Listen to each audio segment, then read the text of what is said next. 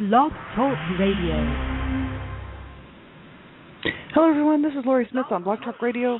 Good evening. I am glad to be here. I appreciate everybody who's tuning in live and who's catching the show on archive. And I just thank everybody, for your support and for listening to my shows. I know I have almost 24,000 shows listened to, and I've done about 670 shows or almost 680 shows now, and that's a lot of shows. So in about a year and a half. So I thank everybody for tuning in and being a part of my life. This is just a special show that I wanted to do. I had a couple of requests from people asking if I would do a reading from my book, A Life of Death or Redemption. And this book was published last spring, and it was a blog. It originally originated as a blog called Not So Fond Memories Growing Up in an Abusive Home. And I'd come home from work and just write these blog entries, and this is the book. The book is the blog. It really wasn't changed from the blog form, and so it's that Donna Shear and Sandra Potter let my voice really be heard, because Donna Shear saw my blog, and she said, she's the president of Dreamcatchers for Abused Children. She said, you really should publish that book. It really needs to be published, and it should be a book available for people to get a hold of. It might be helpful for other survivors and people who have been abused and who could use some validation in their life, and at least to know there's hope, right? And that's the redemption. That's the issue. I wanted to be just another voice speaking out against abuse and really telling the truth. So the book is truthful, because every night when I would come home and I would sit home after I got home from work, I wrote a blog, and I thought it has to be truth. It has to be 100% truth, because I don't want to. I really didn't want to have to carry the guilt of telling lies. You know what I mean? Later on down the road, because I really reveal, like throughout the book, for those who haven't read it, a lot of abuse that went on in my home that included all of my siblings and both of my parents. And so I want the truth to be told, and it had to be the truth. And so when I was writing these blog entries, they would just come out, and then I would think about it, and I'd be like, it has to be 100% true. So there were certain things actually left out of the book, and that's because the memories were not cognitive enough. They weren't clear enough to get a hold of it, to write it in the book. And if I ever do get a hold of them, I'll do another book. So I appreciate everybody for being here, and just thank everybody for your support. And I know, I've got a good friend in the chat room, Hayden's mom, and I just appreciate you being here and, being a part of my life. It's just been a long, hard journey, and I've been on my healing journey for 4 years and doing these shows for about a year and a half now. And I started writing that particular blog October of 2009. So next October will be 2 years ago, and so it's great. It's good to have the opportunity to to have my story published, and for seeing that my blog and suggesting that it should be made a book, and for Sandra Potter and Donna Shear for publishing it. So it's just awesome, and I appreciate it, because it allows my voice to be heard. So many voices don't get to be heard, and I just it makes me happy to be able to be one more voice out here, to speak out and tell the truth about abuse and what it does to people and what it does to children, and then later on what they have to deal with as adult survivors. And so I'm just going to do a reading from my book, and I'll probably just read the first chapter, and we'll see how far we get. But it's kind of hard to. I talk a lot about this stuff on my One Child Abuse Survivor to Another show in the morning, Monday through Friday. I do a half-hour show in the morning at 6 o'clock a.m., and that's where I detail, and talk about my survivor issues and what went on in the past and whatnot. But it is a little bit different when you're reading the book, because it's very emotional for me to read it, because it is my pain. It's what happened to me, and so it's a little bit nerve-wracking to have to read it out loud, especially. I'll do the best that I can. I know that on the parts where my mother's voice comes in, I won't be able to exactly scream like my mother did, because the neighbors would think I was somebody or killing somebody in my apartment. So I won't be able to get as emotional and as vicious and as absolutely crazy as my mother used to get with her yelling and screaming at me. But I'll do the best that I can to read her parts with emotion that I feel as good as can get it, to be her voice, right, talking to me, and so that people will know, how severe the verbal assaults and the physical assaults were, right? So I'll do the best job that I can in reading this, and it is emotional. What I did do place a graphic warning and a warning for people that this show is definitely not suitable for children. It's really not. And this particular reading from my book is definitely not suitable for young children. And so anyone who's sensitive to abuse, right, to abuse or abuse subjects, because I'm telling the truth in my book and I want people to know the truth. And so it is a very sensitive topic, and this type of material can bother people, and it can cause people to feel down, and especially people who are just beginning their survivor, healing journeys. If they're survivors of abuse, they might have just started their healing journey, and this kind of information can be quite upsetting for people who are just starting their healing journeys, because it brings back memories, it brings back pain, it brings back, the emotions that go and the pain that go with abuse, right? And so your own discretion, and be very, very careful when you're listening to anything like this, whether it's my show or somebody else's show like this.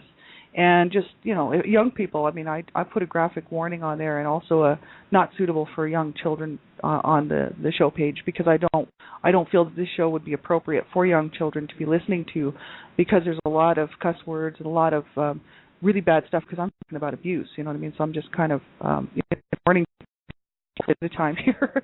So I won't be able to see the chat room because I'm going to be reading. So I hope that I just appreciate you all being here, and I thank you for being a part of this, and for my friends and Hayden's mom, I appreciate you being in my life, because I tell you what, when I go on and I see these people that I consider my family, who care about me more than my family ever did or ever could.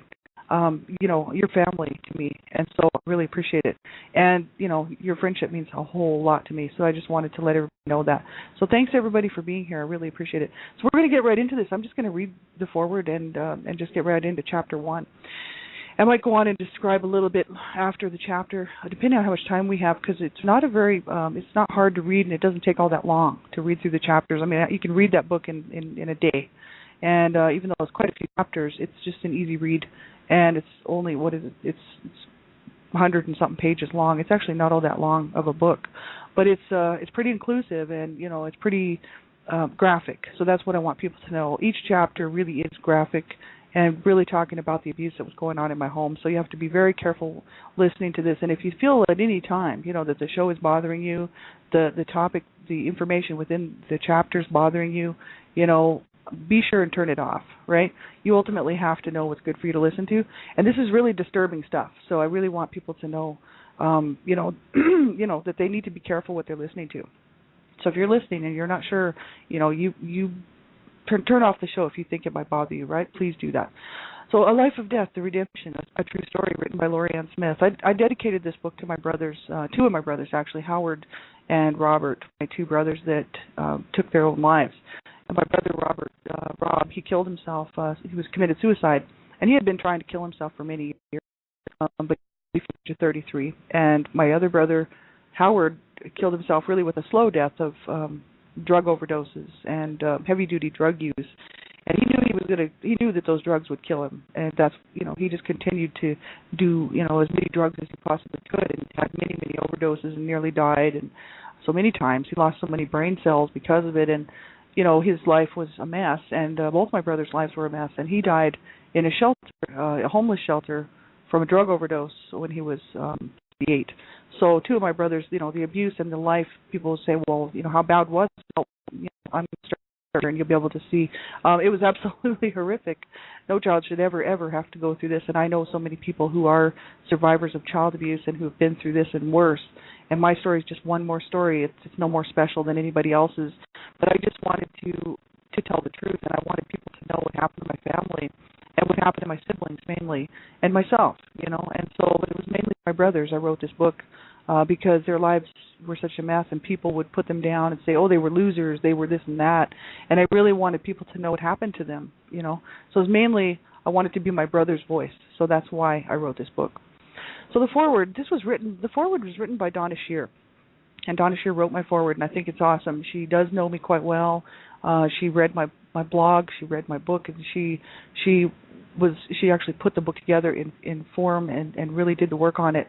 And Sandra Potter was my editor, so I want to thank them both. And Donna Shear wrote my foreword, and Donna Shear is a best-selling author as well as the president of Dreamcatchers for These Children, and so she wrote my foreword. My life has been through many valleys, trials, and tribulations. I was not always the woman I am today. One could say I was severely troubled, damaged, and broken due to my childhood, but that would be a major understatement. I witnessed my family suffer immensely. They were completely destroyed and absorbed by their own addictions due to ignorance, lack of education, poverty, hatred, marital abuse, alcohol abuse, drug abuse, violence, and the unfortunate cycle of abuse that had been passed down from generation to generation. My parents refused to break the cycle and instead perpetuated it. My parents' wrongful actions would eventually mold, sculpt, and shape my life until I would mirror their actions into my adulthood. I strongly believe this cycle of abuse is fully responsible for the nightmare of emotions that consumed me, full of rage, anger, and hate, as well as a feeling of complete worthlessness. I lacked any type of love for myself and those who surrounded me. Eventually, I sunk very low in my life. I fell short due to the extreme insecurities that were embedded into me as a child. I allowed myself to become a person that at times I was not very proud of. I hid behind drugs, alcohol, lies, anger, and excuses. I can't deny I have spent many years being haunted and running from my past, searching endlessly for answers. My life would ultimately change as one family would show me kindness for the first time in my life and the meaning of unconditional love. After many years of their positive influence, the nightmares that consumed me were replaced with love for myself and others. This wonderful new family taught me to believe in myself and that all things are possible, even a normal abuse-free life. With their love, and began searching desperately for answers to make a positive change. As I began my quest, not only did I acknowledge the abuse I endured at the hands of my parents, but the abuse I had also inflicted upon myself. For this, I owe this family my heart, my love, and my gratitude. I owe my very existence to God. Today, as I stand a grown woman, my only goal now is for the truth to be brought to light. With the past behind me, I have moved forward with my life. I have made it my mission to help others who have suffered as I have. I am a truth seeker. I am simply a survivor, a witness, a promoter of human rights who seeks equality for all people. My views and opinions are simply an effort to be just one more voice in the world. And through this book, I hope you will see that my goal is to become more involved in human rights advocacy, child rights advocacy, and in helping children around the world by raising awareness and creating a voice for all children. I want to be the voice for the voiceless. Chapter 1. How many fingers am I holding up? No, no, no. I tried in 3 quick successions in a defensive block with my arms, trying to ward off the blows. A familiar voice spoke loudly, and my eyes opened to see a hand in front of my face, and the voice asking, "How many fingers am I holding up?" I looked, did not see fingers, just the whole hand, a bit blurry and fuzzy looking. I had to look again. 3? Good, she said. Go back to sleep now. And this would repeat itself throughout the night, but always with a different question. What day is it? What is your name? How old are you? And each time I would drift off into a fitful sleep and dream the same nightmare all over again. The next morning it would all make more sense as I remembered that my mother had cracked my head open once again. This time was the worst, and I was so glad to be safe for the moment at my friend's house. My friend Desiree and her mother were up all night, taking turns watching over me while I slept. They woke me up every hour on the hour just to be sure I was not going into a coma or shock from the beating I had taken that particular day. I don't recall why it went the way it did. Sometimes I guess I may have had a smart mouth or said things I should not have said, but this was just way over the top. It almost felt like it was planned, that my mother had set the whole thing up, as she knew I did not like to eat a particular soup she would make, stewed tomatoes and milk. The milk would curdle. I did not like the combination. I probably said something about it as she called me for lunch. The scene replayed over and over in the back of my mind as I explained to Desiree what exactly had happened. I had sat down at the kitchen table, and as I looked at the soup, I guess I said something my mother did not want to hear. Her fists pounded against the kitchen table as my mother quickly stood up out of her chair. She was almost 6 feet tall and weighed about 260 pounds. Her ominous figure towered over me, and I knew this was not going to be good. I braced myself as the back of her hand caught me on my right cheek. My whole body fell backwards and to the left, including the chair. I cried out in pain as my temple caught the clothes dryer that was situated right behind me.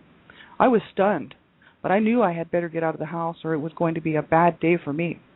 I tried to get away. I was moving around the table as my mother was coming at me, cursing me like a banshee. "You goddamn piece of shit! You no good rotten whore! I'll take your goddamn head off!" she screamed as she forcefully shoved the table into my side. I was trapped. I could not move. She had me right where she wanted me.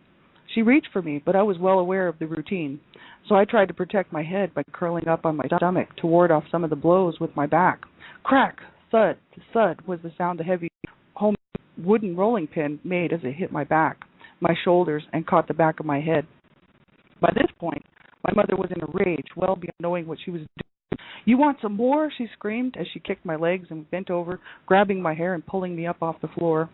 I silently whimpered and told her no, that I did not want any more, but she screamed into my ear again. I said, "Do you want some more?" I could feel the wooden rolling pin hitting against the side of my head over and over again. I was trying to protect my head the best I could with my hands until a blow eventually hit my hand. In pain, I brought my hand down. Not my head," I said. "No, please," and I begged, cried, and pleaded for her to stop. But then I felt a swift crack as the rolling pin connected with the back of my head. My body was instantly weakened and limp. I could feel the blood pour down the back of my neck, curl around my ear, onto my face, and drip down onto the floor. That was not the first time my mother had spilled my blood, but it would be the last time that she would ever beat me like that again. She grew tired, and in her exhaustion could only muster up some cussing. I slowly got up off the floor, turned, and was heading for safety, walking through the living room, when she spun me around and spit in my face. She screamed, "Get out, you fucking slut! You're a piece of shit!" I was crying in shame and fearful of the woman who gave me life. I could feel the tears running from my eyes, streaming down onto my cheeks. I muttered a few words under my breath as she quickly me to the door, pushed me out, and slammed it shut behind me. I was dizzy, quite shaken, and extremely upset. I slowly walked down the driveway and made my way up the street. I looked to see if my best friend Arlene's car was in the driveway, but she was working. She was a year older than me. I was only halfway to 14 years old that summer. I walked down the block to my friend Desiree's house. She had moved there with her family the year before, and we had become good friends. Her parents were nice, and I had no other place to go. That's chapter 1, and that's pretty. That I wanted to start that out at that point, and the main reason being is that that was the first really. That's sort of the pivotal point in my life. When I was about 13 and a half, this family actually intervened for me, and when the next subsequent chapters after this actually talk about that. But this family came into my life right about the time that I seriously needed some support. I wasn't getting any support within the home, wasn't getting any support, from my siblings, wasn't getting support from my parents, obviously, and wasn't getting any support from anyone except for a couple of my good friends, and that was Arlene and Desiree. And Desiree's parents were just this nice, loving couple. They had 3 children, and they were older. My friend Desiree was the middle child, and then she had a younger brother, and there was an older brother. And they were so good to their kids. They were so good to each other. They were completely different than my family, and I used to notice the differences between their family and my family. And of course, I wasn't jealous. I was just noticing the difference. I was just like, wow, this is so different than my home. And so it made a real impact on my life. I started watching how they interacted with each other and how they interacted with their family, how they interacted with their children. They never hurt their children. They never yelled or screamed at their children. They would always talk to their children like, how was school today? And how did you do, on your grades? And even sometimes when they would get in trouble, the kids would do something and get in trouble, the parents didn't beat on them and curse them and hurt them. Their parents were really awesome. Like they would just talk to them and they would be like, well, you want to do well in school. You don't want to mess this up. And so they were always trying to encourage their children, and they weren't hurting their children. And it was just such a difference between, such a contrast between my home and their home. And so they did have a huge impact on my life. I am still in touch with the mother today. I don't talk to them very much anymore, but I am still in touch with them, and I do every now and then hear from them, and they hear from me once in a while. And they know about the book, and they know, that I've written the book and everything. And it's just awesome that they're still in my life. They're still good people, and they live down in the States, and it's quite far from me, so it's not like I can just jump in the car and go visit. But my good friend, I haven't talked to her for a long time, Desiree, and she's a beautiful person. She was always such a good friend to me, and she really, her and Arlene were really like my guardian angels. That's what I like to kind of consider them, because they were there to protect me. You know what I mean? Where my own parents weren't, and I was quite often getting in trouble. Doing drugs and partying. So I kind of go on to talk about this later on in the next chapters. But yeah, it's pretty harsh, that treatment, and that was just normal for me. I mean, that was not, something that just was a one-time thing, and it was a hard day for me. I mean, that's the way my mother treated me. And so, I wasn't allowed to say anything. I wasn't allowed to open my mouth. If I did open my mouth, it could warrant a beating. My mother, because I was the last child born, I was the last child at home, and most of the other siblings were quite a bit older than me and were actually out of the house most of the time, trying to stay out of the abuse. So, I was quite often there by myself. I became, I believe, really a convenient punching bag for my mother. And so my siblings, obviously, they were abused as well, so they were not there to try to protect me. Nobody was protecting anybody in my home, and so I was on my own in that. But I will mention that I didn't put in the book that my brother Howard was in the home when my mom beat me with that rolling pin, and he actually did. He did try to get her to stop. He was coming in the kitchen when she was just starting to beat me with the rolling pin, and she shoved him out and shut the kitchen door and wouldn't let him back in. You know what I mean? So he couldn't get back into the kitchen to save me. So he was out in the living room. So I mean, it's not that he wouldn't have if he couldn't have. But my mother was a big woman, and she was beating on all of her children, not just me. So, just harsh way to grow up, and I never got that. That's why I do talk about this on One Child Abuse Survivor to Another in the morning, because I really didn't get any bond with her. I never got that love or that nurturing or that care. I never had her just cuddle me and tell me, "Oh, I love you, daughter," and anything like that. There was no, kindness in my home. There was no compassion. There was no love, right? So, I grew up in a loveless kind of environment where just abuse. Everybody was abusing everybody, and so it really took a toll on my spirit. By the time I was 13 and a half here in this first chapter, and walking down the street with my head bleeding, thinking, "Oh my God, I'm going to pass out," because I really seriously thought I was going to pass out, and I was, to get dizzy, where I'm going to go, and I couldn't go to my friend Arlene's place because she was at work, and if her car wasn't there, then I knew she was, and I figured, oh, she's at work. And so I thought, well, I'll go down and see my friend Desiree. So I went. That's the only place I could think of going, was a couple more houses down, because I was about ready to fall down, from this beating that I had just taken, and it was pretty horrific. And I was thinking that I could die. I thought if I go sit in the park, there was a park about 2 blocks away from me. So if I go sit there, I might just pass out and die, and then nobody would even know. You know what I mean? So I thought, no, I have to stay. I have to be on the block, and I need to be somewhere where I can maybe, get some help. That was in my mind, because I was starting to panic, right? Because I was really not feeling well after that beating, and so I just went over to my friend Desiree's place and knocked on the door, and that's where chapter 2 starts. So I'll read chapter 2. Chapter 2, Decisions. The screen door squeaked as I opened it. It was summer and very hot in New Mexico. I opened the front door of Desiree's house and said loudly, "Desiree, are you here?"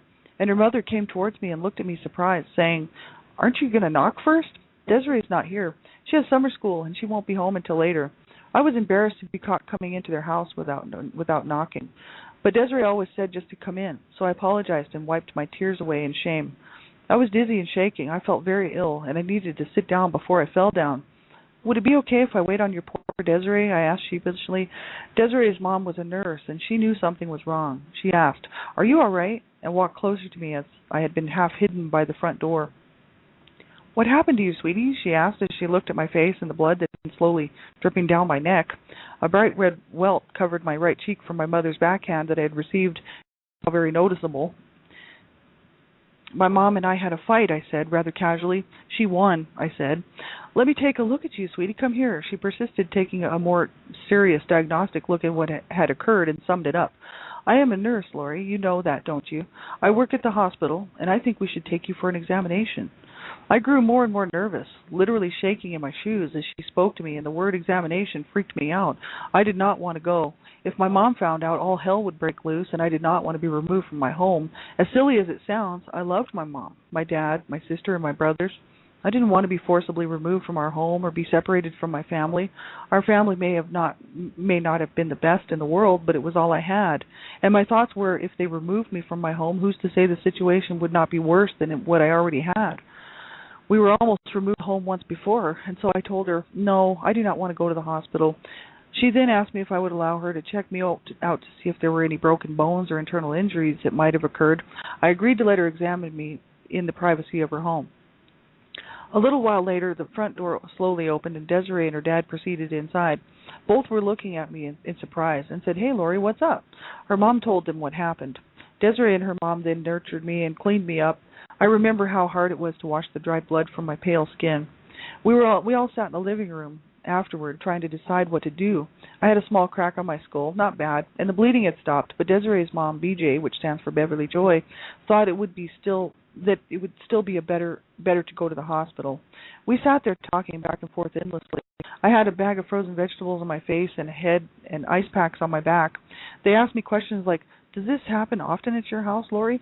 I was embarrassed to tell them the truth, but I admitted it was just the way it was.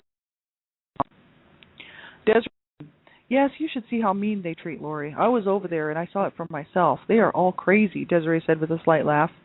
I had actually told Desiree to leave one time when she was over at my house. We had been listening to a Styx album, and my dad burst into my bedroom and told me to turn the devil music off. We were not hurting anyone, and the music wasn't really that loud, so I did not listen to him. Instead, I only turned the volume down a few clicks, and he got angry. My mother was also angry, and the two of them were mad at me, threatening all sorts of bodily harm. I probably shouldn't have, but I told my dad that I hated his guts. I looked him eye to eye and said, "I hate your fucking guts." More got the words out of my mouth, and he flew off the handle. He forced me up against the wall, pinned by his knuckles that he was pushing and digging into my ribs. With his other hand, he started to take off his belt, and Desiree, who had been witnessing this whole event take place, stood in disbelief. She did not know what to do. I told her as the belt buckle struck my face, "You better go, Desiree." She shook her head no, but once I began to cry out, she became scared and went home. My father knocked me down to the floor and proceeded to beat me with his belt. Desiree told her parents, BJ and Olin, what she had witnessed. They sat there looking at me in amazement and shock as we talked amongst the four of us. Olin said, "Do you want us to intervene, Lori? We will intervene on your behalf if you want us to. I really think we should." I told him I did not want him to go to the police, as we had been nearly taken from there before when my brother, Rob, was just a young kid. He showed up at school in a winter turtleneck in the middle of the hot New Mexico summer weather, and a nurse immediately noted bruises on his face and questioned him. He told the school nurse that he was afraid to go home, and the authorities quickly became involved. I remember being a very small girl and having to take my clothes off for the two social workers assigned to our case on a regular basis. Our mother pleaded with the court to allow us to stay, and the court said only if my parents agreed to go to counseling. They agreed, went twice, and then we promptly moved to Canada. That's chapter 2.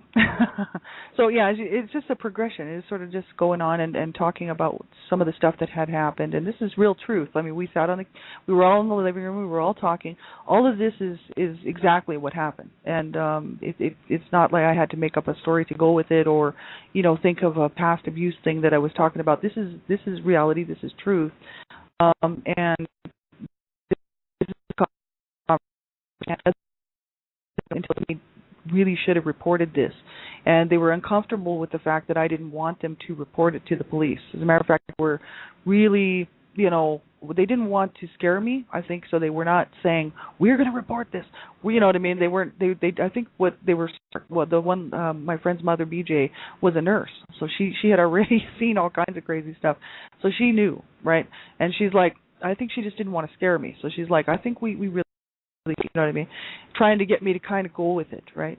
And I told him, I said, no, because I don't want to be removed from my home. You know what I mean? Like, and the reason why, and I talk about this on my One Child Abuse Survivor to Another show in the morning, the main reason for that was because I was fighting to stay in the home because my mother did not want me, and so she would never throw out the other kids. Like, my parents actually never threw out my brothers.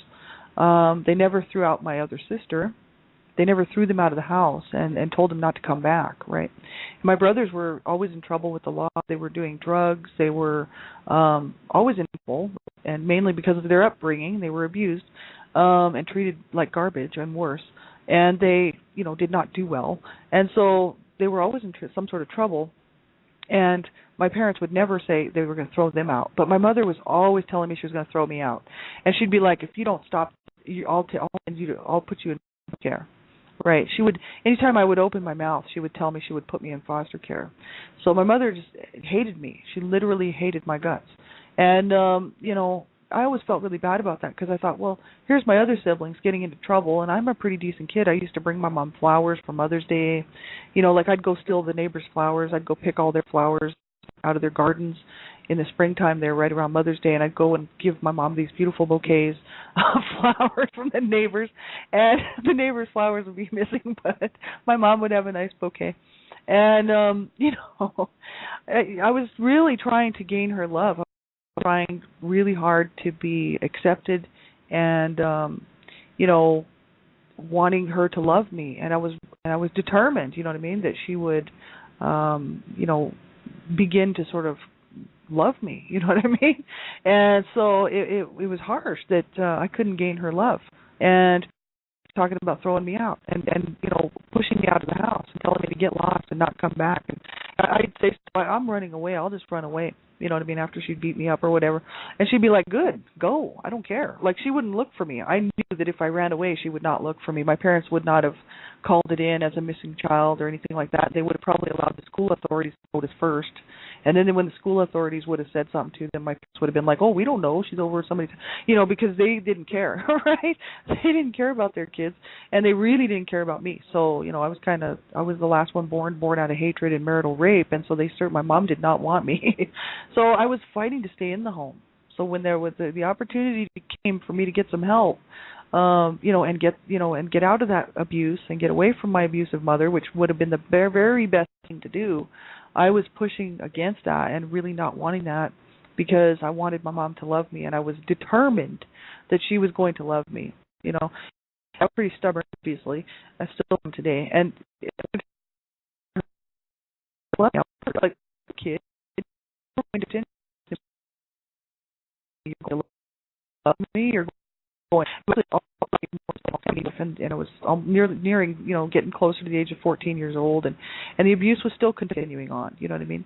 But this is where this family actually got involved, and they actually stepped in, and, hello, Maisie, I'm so glad that you could be here, and, yes, thanks you guys for being here, I really appreciate it. It's pretty harsh what psychologically what this does to children, and many times they don't want to be removed from the abuse. Of course I but the thing is I also didn't want to be ripped from my family because, here's my siblings not getting, taken away, you know what I mean? Like, I was like, why would I just be the only one to go? Because when my mother used to tell me she was going to put me in foster care, all the other siblings would be like sticking up for my mother, saying, yeah, you're just a horrible kid. And this is back when I was like 10, 11 years old. I was just this kid trying to survive in this garbage home, you know what I mean, with these crazy parents, and it's like, being sexually abused by my mother, and sitting after and came, like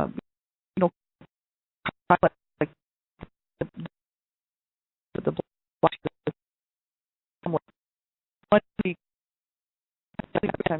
them. I'm holding them in contempt, really, because they really did not do the right thing by me. You know what I mean? And so, I'm kind of, my inner child says, no, they did not help me. They hurt me. My siblings were quite often hitting me and punching me and slapping me around because my mother was. So and my dad, right? So they knew that they grew up the same way, right? So here's another little one to be pushed, right?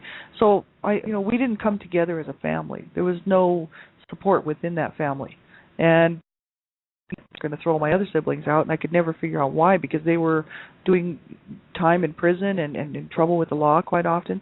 And here, I wasn't really all that bad of a kid, and I was trying to be good to my mother, writing her poems and taking her flowers and trying to be a good kid, as good as I could be in that situation. And, that age, 14 years old, was not seeing guys, was not dating because I'd been sexually abused, and I wasn't interested in any kind of relationship like that. Plus, I had witnessed my dad rape my mother, and the abuse, the physical and sexual abuse between my parents, caused me to really shut down sexually. I had little crushes on guys, but my mother called and cunt, this type of right every day. You know what I mean? They'd be like, "You're just a whore." You're just a slut. And I'd be like, I'm like the farthest thing from that you can possibly get. You know what I mean? So, I mean, obviously I knew that she was just doing that to hurt me because I knew that I was none of those things. But the issue is I couldn't figure out why she would say those things to me just to hurt me. You know what I mean? And it did, and that's the thing. And she would spit in my face. She would slap me down to the ground. She was she hated me, She'd be like, "I hate your guts. Get out of this house." And she'd just shove me out and slam the door. "Don't come back," And I'd just be standing there just going, "Great. Thanks a lot." You know what I mean? I'm like one of the better kids in the home, and I'm getting tossed out. But it was just because I was an easy target for her, somebody she could take all of her frustration out on, and I just became a convenient punching bag, basically, I like to call it. And so, that's my life. That was my life growing up, and it did have a huge, profound effect on my life. Absolutely, it did, and it would on any child growing up like this. And I know so many people. Like I said, my story is not special. So many people have grown up, in similar situations and worse. And I know this, right? And so I feel bad, for all those people that have suffered, like myself and even worse, you know what I mean? And so my heart just goes out to people, and I know what it's like to be in this situation and to be feeling, that is life really worth it, And so this is why I wrote this book, because I wanted to show people that life is worth it and that we do have to hang on there and we have to get help when we need it, So, yeah, this is where Chapter 2, my parents had been brought up on charges because I explained that because my brother, my dad was always beating him up and, around. Like, my dad would home on Sunday, and I would be in his room or whatever. I'd be like, you're just his belt, and he really picked on my brother Rob for some reason, and my mom would do nothing to stop this. Right now, this is going on. I'd be sitting there watching it in horror and going, you leave my brother alone. Of course, that would get me a slap across the face or whatever, and whatever my dad decided to dish out, beating with his belt or whatever. And so I wasn't allowed to stick up for anybody. Nobody in my family was allowed to stick up for anybody. Right? So I mean, I witnessed the stuff that my dad did to her, and about he was all that in the dirt. He was a turtleneck. So the teachers were afraid to go home, right? And so they got the social services involved, brought into court, charged with child abuse, both of them, and said the only way we could remain in the home would be if my parents went to get counseling. And my parents said, my mom pleaded the courts. This is my mom's big story, to try to make us love her and try to make us, to feel that she was a good mother, that she was doing the best she could. And, it was all my dad's fault, right? This is what I talk about on One Child Abuse Survivor to Another. Like, I'm always talking about this, but that's because it's the truth. And my mom would be like, well, it was your father. He was hitting the children, and he was beating the boys, and he was hurting the children and the girls, and it wasn't me, and I never put a hand on any of you, and we got hauled into court, and I had to plead with the judges to let you stay in the home so I could keep my children, and all this, trying to make us think that she was the good mother, right? And my siblings, of course, were quite a bit older than me, and actually would, I'm glad because their mother was abusing them, and mother was abusing us all as well, not just my dad. So the courts actually busted both of my parents, and the courts told them that they had to straighten up or that we would be removed, but they had to go to counseling, and that was the only condition that we'd be allowed to stay in the home. So my parents went to 2 sessions, but we all were supposed to be going to counseling. Like separate counseling for the kids, separate counseling for my parents, family counseling as a unit, and also marital counseling for my parents. And both of my parents were diagnosed mentally ill at the time. because they had to go for psychiatric testing because of the abuse, and they were diagnosed. My dad was diagnosed borderline schizophrenic, and my mother was diagnosed manic depressive at the time, and that was like 1967, right? 1968, somewhere in there. So I was just like 2 years old, right, when this happened. And so, I was pretty young, but I still remember these people coming with their clipboards, and they'd give me a sucker, and of course I liked that. And they would talk to me nice, and they would check me out. They'd basically make me kind of, check, like take off my clothes, check my diaper or whatever, my underwear or whatever. They were looking for signs of abuse. You bet they were. And so I think during that time, my parents had to kind of cool it, because they had people, right, breathing down their nose, right? And so there was a couple of years where I think that, things had to be pretty mellow, because the social workers were coming around on a regular basis. Otherwise, we would have been removed from the home. Shortly after that, we moved to Canada within a couple of years. So my parents just, my dad just sold the house and right out from underneath my mother and all the kids. And it was a small little house, but it doesn't matter. They owned it, and my dad sold it for $2,000 in a van and moved to Canada with no plan. And my parents had actually gone bankrupt shortly before that, so we lost everything. As a matter of fact, they came to take all of our stuff. They literally take our stuff. People say that they don't do that, but back in the 60s they did. And the late 60s they sure did. And so we had to hide a lot of our stuff at the neighbor's house. And then when they came and they took what was there, then the neighbors brought back all of our stuff and then some of their stuff to give to us, right? Because we were a family of 7 people in the home. Because 2 of my siblings had moved out. One of my brothers left home when he was 16 because of the abuse. He was just gone. He was out of there. Another one of my sisters married really young. She was out of the house before she was 18. She was married and gone.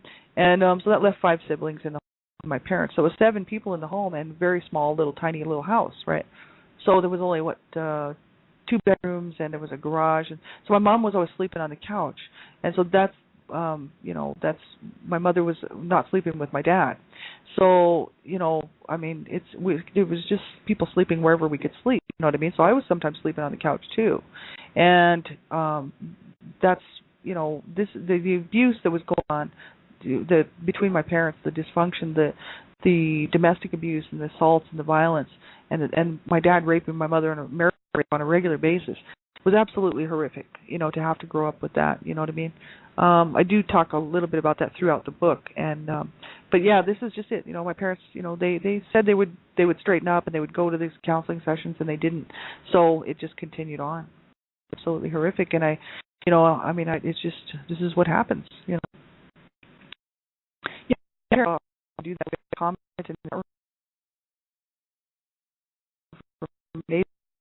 always the other parents fault, right?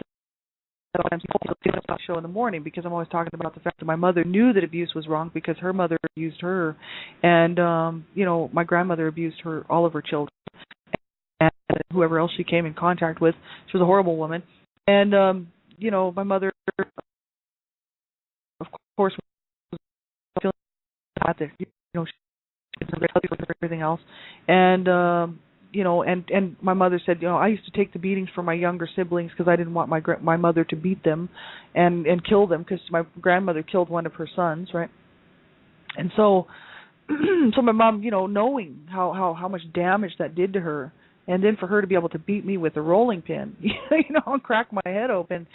And, this is just the issue. She could have killed me, right? One more blow, and who's to say that my head wouldn't have just popped, you know what I mean? My mother was a 260-pound woman at least, and I was almost 6 feet tall. She was a very big, heavy woman. So when she was beating you with a rolling pin, she wasn't just tapping you. She was literally trying to break my head. She was trying to crush my head. She was what she was trying to do. Like she was trying to kill me. I really believe it. I think she was out of her mind. My parents were mentally ill, and they were psychotic, right? And my mother was mad because I didn't want to eat the soup she made, and so she just take a wooden roll in my head because I didn't want to eat that soup. But what I wanted to really draw attention to, and the reason I mentioned it, was the fact that when she slapped me and I backhanded me actually, and I flew back into the clothes dryer. I don't know if anybody's ever had that happen to them before, but the force of being backhanded, I mean, extremely hard by a big, huge person as a younger child, you know, as a young teen. I didn't weigh all that much at that point, you know what I mean? I was pretty small still. And the sitting on the chair like that with the chairs and my head, my left temple hitting the side of the clothes dryer. It was the corner of the clothes dryer. That could have killed me instantly. I hope people will realize that. Like, that's how children actually die. We see headlines out here with the, children dying from blunt force head trauma. You know, and that's the type that it is, right? It's like if a child's head hits something hard enough, and it's the wrong place in the head to hit, especially by the temple, by the, you know, there's places behind the ear that, you know, my brother was killed and murdered because he was hit behind the ear. Somebody murdered by smashing behind his head, right by, it was an instant death, they said, for him. He didn't suffer, he was gone in an instant. And so whoever it was, I don't know whether they knew that or whether it was an accident or whatever, but they were hitting him on the head with a rock, and all it took was one hit to the back of his ear, and he was a goner. So, but you know, this is the whole issue. Like, my mother could have killed me, right? That one day, that, you know, it's absolutely horrific that my family thinks there's no big deal, that's no big deal. And like my sister, she keeps the rolling pin that belonged to my mother, that my mother beat me with. She keeps it because my mom's passed away now 16 years, right? So she keeps these little keepsakes from my mother, and every now and then she gets it out. I don't actually talk to my sister anymore. I've cut them all off, but we're still talking. I'd go to her house and we'd be having coffee, and she'd drag out the rolling pin. She'd be like, "Look, here's Mom's rolling pin." I'd be like, "That's the stupid rolling pin that Mom almost killed me with, and beat me with, you know, and broke my head with. And you're going to sit there and you're going to cherish that thing? It needs to be burned. It needs to be stomped on. You know, it needs to be spit on." That thing almost killed me. And the issue is that I don't know if anybody's ever been beaten with a heavy wooden rolling pin or any kind of a heavy implement by somebody who wants to kill you. It's an extremely scary position to be in. You know what I mean? Because you're so vulnerable. I mean, I was pleading with her. I was begging her during the beating, you know, that she would stop. And, you know, she wasn't listening to me at all. She was just doing what she was going to do. And, you know, so I was, you know, pleading with for my life. And, you know, this is the whole issue. I know what that's like to be in that position, to have somebody beating and battering you that you think you might die. You know what I mean? So I was pretty concerned that, you know, that'd be it, right? One more blow. But at that point, like, you know, three years before that, my mother had beaten me so severely, which is later on in the book, that I actually felt I was dead. And I told her, I said, "Why don't you just go ahead and kill me, because you've killed me. You may as well kill me now." And of course, it brought on another beating. So there was, you know, that's the issue. Like, I didn't care. I was like, "Go ahead and kill me, because you've killed me. Both of you have killed me. I'm dead anyway. So I'm just a shell of a person. You may as well kill me." And that was at the age of 10 years old. So really, by the time I was 13, that really didn't change. As much as I was still scared in that beating. You know, I wasn't sitting there just taking it all casual, like, well, you know. I mean, it was upsetting. It was shocking. And that's a lot of my flashbacks are that particular beating. And it's because it was so incredibly damaging. So, you know, this is the thing. These kids out here that this is happening to, you know, they absolutely do not deserve this. There's nothing a child could do that could warrant that. So, Chapter 3, I'm going to read Chapter 3, one of the Smith kids. "Well, for tonight, you better stay at our house so we can keep an eye on you overnight. But if it starts to look like a concussion, we will definitely have to take you into the hospital. Is that a deal?" BJ asked, smiling at me, blue eyes filled with love and compassion. "I will talk with your mother and let her know you were going to stay here. I just don't know how she could treat such a nice young girl this way." She shook her head and went to the kitchen to clean up the supper dishes. Desiree usually did the dishes as part of her chores, but not tonight. Her mom knew she would want to just console me. I hesitantly went to sleep and woke with a start to how many fingers am I holding up. Desiree's mom worried about me all night and continued to check on me. The very next morning, BJ went down and talked with my mom. I never knew the exact conversation, but I believe she must have told my mom that if she ever heard me speak of a beating or being mistreated again, or saw one more sign of abuse, she and her husband would intervene on my behalf and phone the proper authorities. My mom, I heard, responded that she didn't care either way because she did not want me at her home anyway. She was tired of my attitude and did not care if I ever came home, period. BJ then told me she'd allow me to stay with them for a week to give my mom a breather and a chance to cool off. And if it was agreeable with all parties, I could stay with them off and on as long as it took, just to ease some of the pressures my mom was dealing with at home, and to have a chance to help me out and share some love they knew I was lacking at my house. I never expected her to be motherly. I spent the entire next week at their home. It was summertime, and we would spend hours on the porch talking with my old other best friend. We would go to our house and sit in her room listening to albums, talking about boys, and doing our hair. We also had another hobby we liked to share, and that was to get high. I was 13 that summer, going into the 10th grade, and would be a sophomore at high school. We all used to go to school together, but a riot at the school had Desiree's and we had to change schools and now went to another high school. I messed up my only attempt to change schools when I showed up completely stoned for an interview with the dean. They refused me, claimed I did not live in the right district, which was a lie. I believe I should change schools because I lived on the same street my friends lived on, 2 houses from Arlene and 3 houses from Desiree, so I thought I should be allowed to go to the same school as them too. I was wrong. I was high, and my parents did not care, so I left it at that and never attempted to change schools again. Arlene had been my childhood best friend. She used to look out for me in elementary school. She was in the 2nd grade, and I was in the 1st grade. She used to even come and check on me during the day in my classroom just to see if I was okay. That's how she was, my guardian angel. We grew up together, and her mom would always let me play at her house, but she was never allowed at my house. And her mom had seen and probably heard all the screaming and shouting going on at my house. The police cars and ambulances knew our house all too well, too, as they were called to our house on a regular basis. I can't lie, it hurt my feelings she was not allowed to play at my house, but I couldn't blame her mother. It was quite embarrassing for me to grow up in a neighborhood where everyone knew your business and judged you as one of the Smith kids. That week at Desiree's house was like something out of an old-fashioned television show. They sat at the table together for meals, they talked about their day, and gave the blessing over each meal. BJ and Olin did not scream at each other, throw things at each other, or beat on each other. They also did not scream at or beat on their children. They seemed genuinely interested in how their daughter and 2 sons were doing and asked them if they needed anything.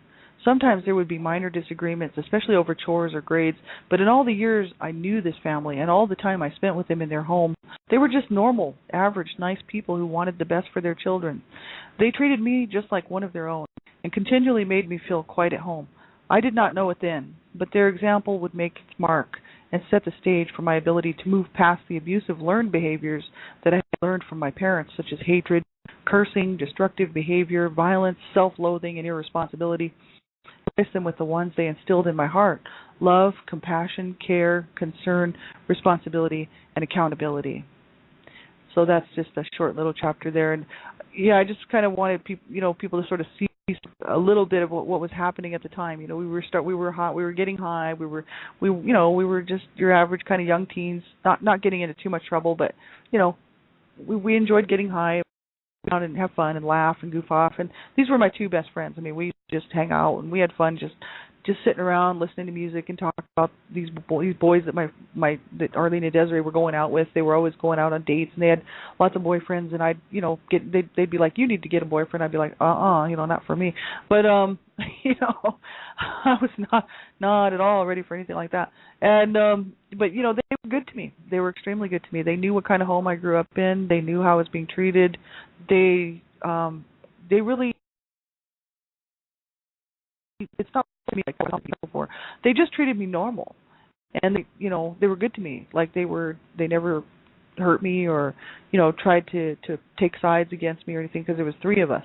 And originally it was me and my friend Arlene, because we grew up together as best friends. But when Desiree moved on the block, we all 3 became the best friends, and the whole between anybody to try to get the other one to like the other one better and kind of stuff.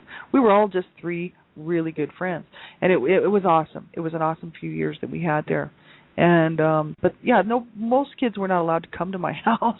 Most people that knew our parents wouldn't allow their children over. There were a few people that trusted my mom to do a good job to look after their kids if they were, because sometimes my mom would babysit some of these kids, and not just a couple that were allowed over because their mothers liked my mom. And what it was these were the older siblings of people. These were people that lived on the block, who were the older children who grew up with my oldest sister. And my oldest sister is 18 years older than me. And there's 18 years between me and my sister. So there was all these kids in between.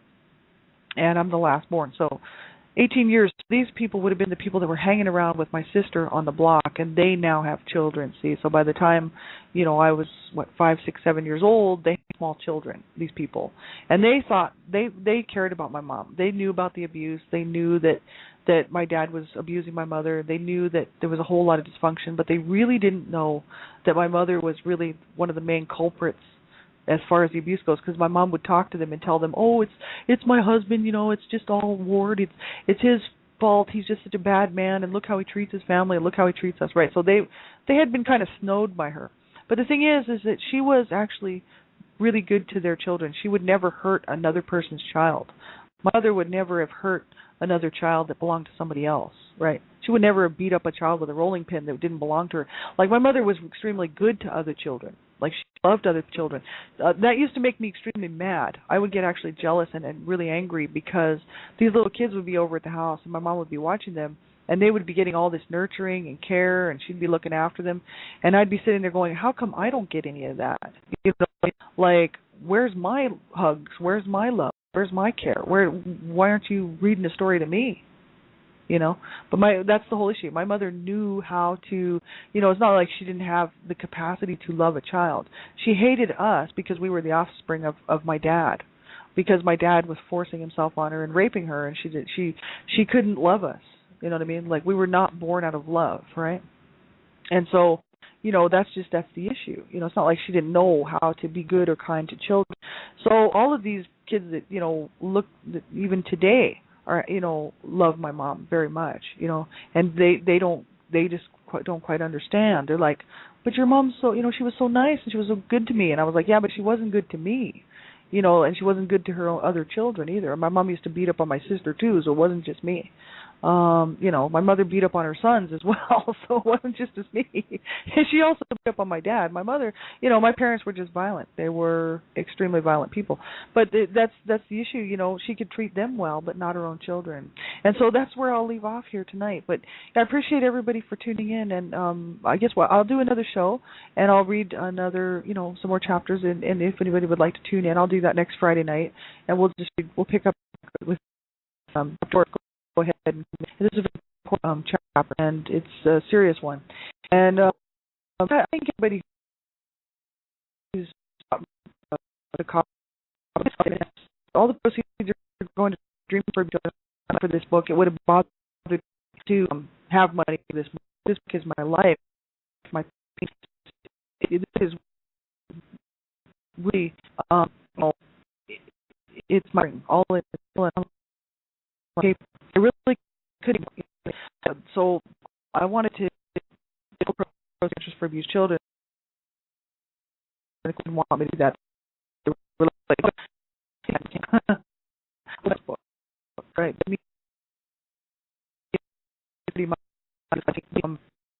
Could have killed me, and if my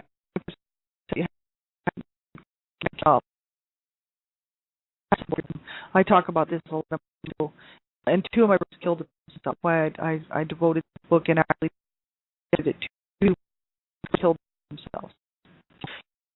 So this is what this book cannot. I don't want the money for this book. I want this book to go to help stop child abuse, right?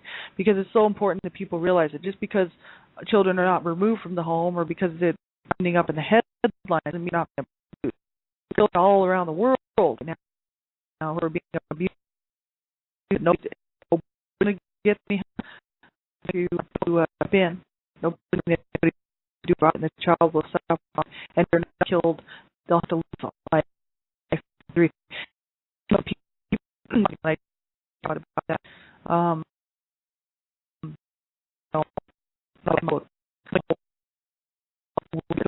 Had the most horrific life outside my family. So I've used my whole life. And that people do these things to people, thinking it's okay. So I do what I do. But thanks to everybody for being here. Hayden and